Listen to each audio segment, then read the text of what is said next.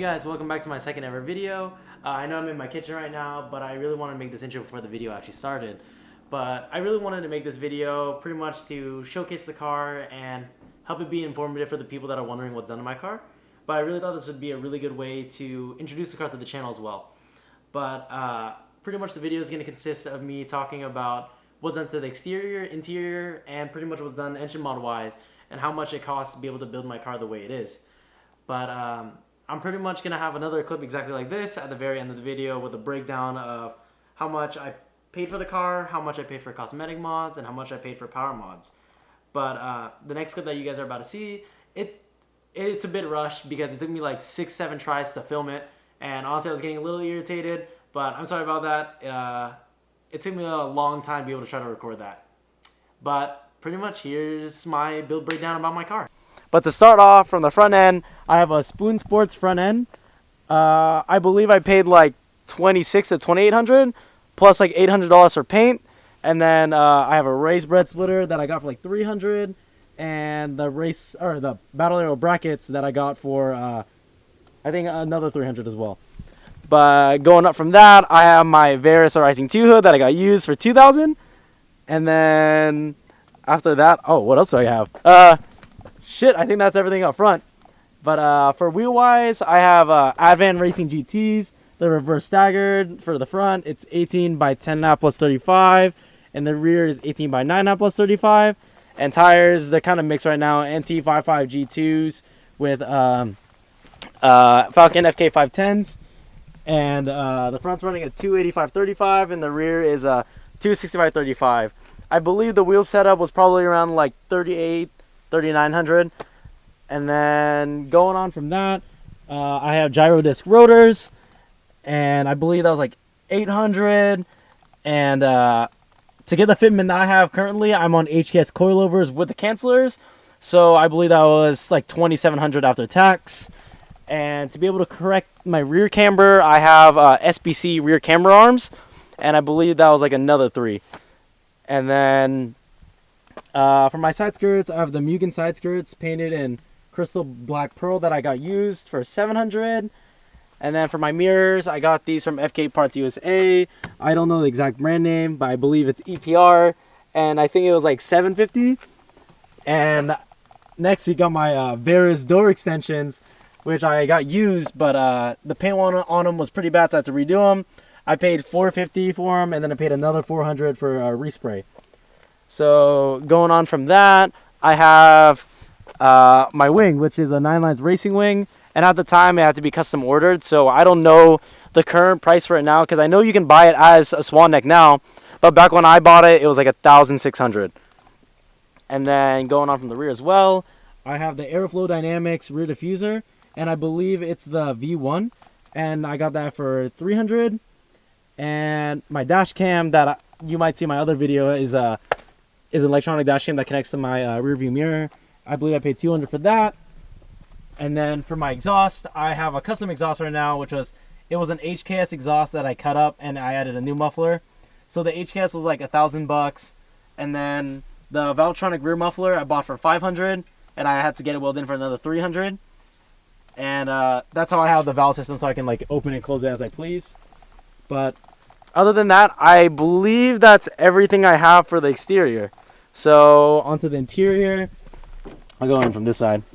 But it's really messy, so please don't bother about that stuff. But let me fix this really quick. Okay, so for interior, I have my CAE shifter. I believe I paid like $800 for that. And then I got the hookup from my homie Dustin on the steering wheel. I believe I got that for $200. But other than that, I have a fire extinguisher. I can't remember the price on that, but I won't really include that because it's just a fire extinguisher. But that's pretty much it for my interior as well. But now we're going to get into my engine bay.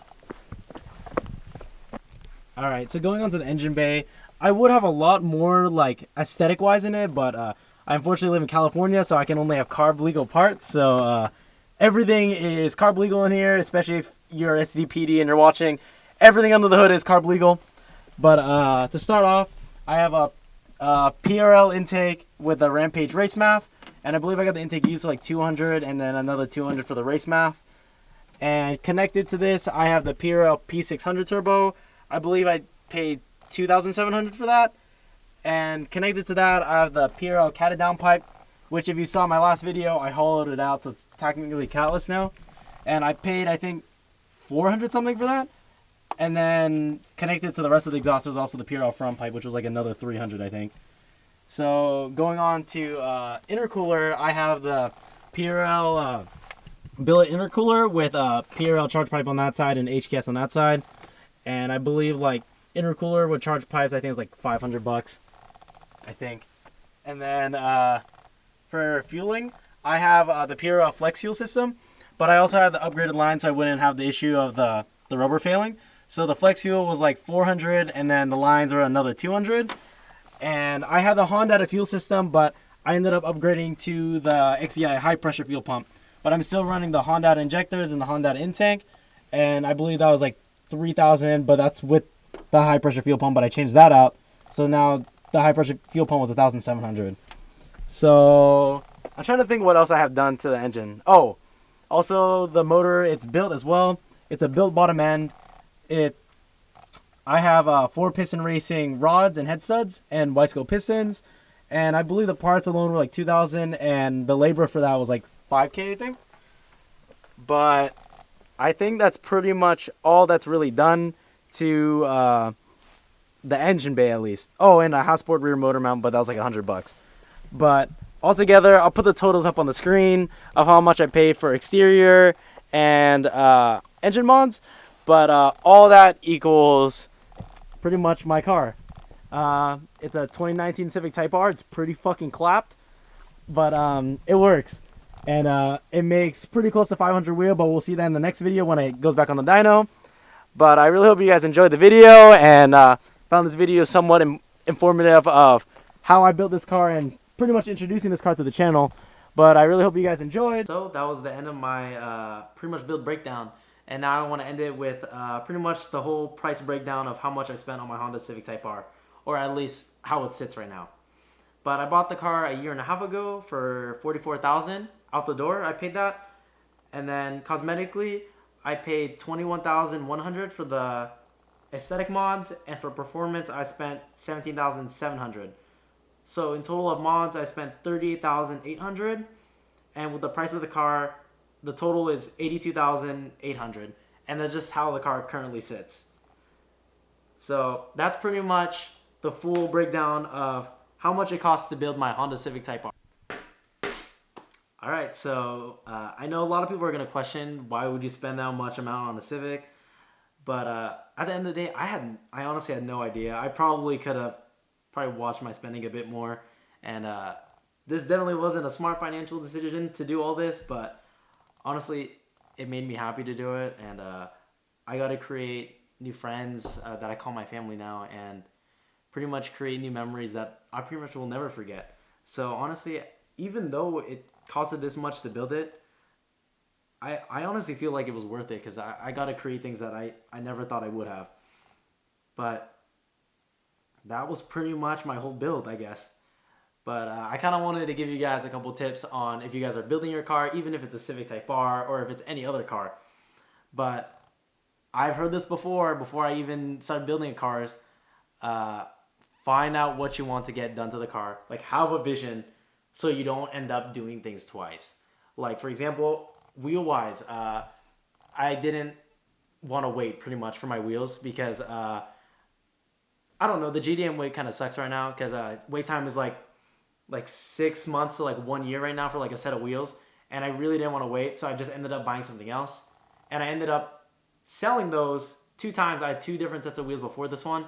I ended up selling them both because I ended up getting what I wanted originally, and honestly, it's not worth it. It makes the build way more expensive having to do things multiple times. But I highly suggest, if you are to build a car, find the vision you want for it already, and then go for that. I know things are always going to change, but honestly, you will save money in the long run if you fully plan out your build, I guess, on like what you exactly want and get it right the first time rather than having to redo things. Because it's definitely costing me a lot of money just fixing things on this car, because that total price only is pretty much what's done to my car currently, but it's not including other labor and like things that I made mistakes on the car where I had to fix them, or like replace things that I ended up changing my mind on. But honestly, if you are gonna build a car, I highly suggest figuring out what you want to do with it, so you only have to do it the first time. But pretty much that's it. That's the end of my second ever video, and I really hope you guys enjoyed it, and I hope you guys subscribe, like, or leave a comment or whatever.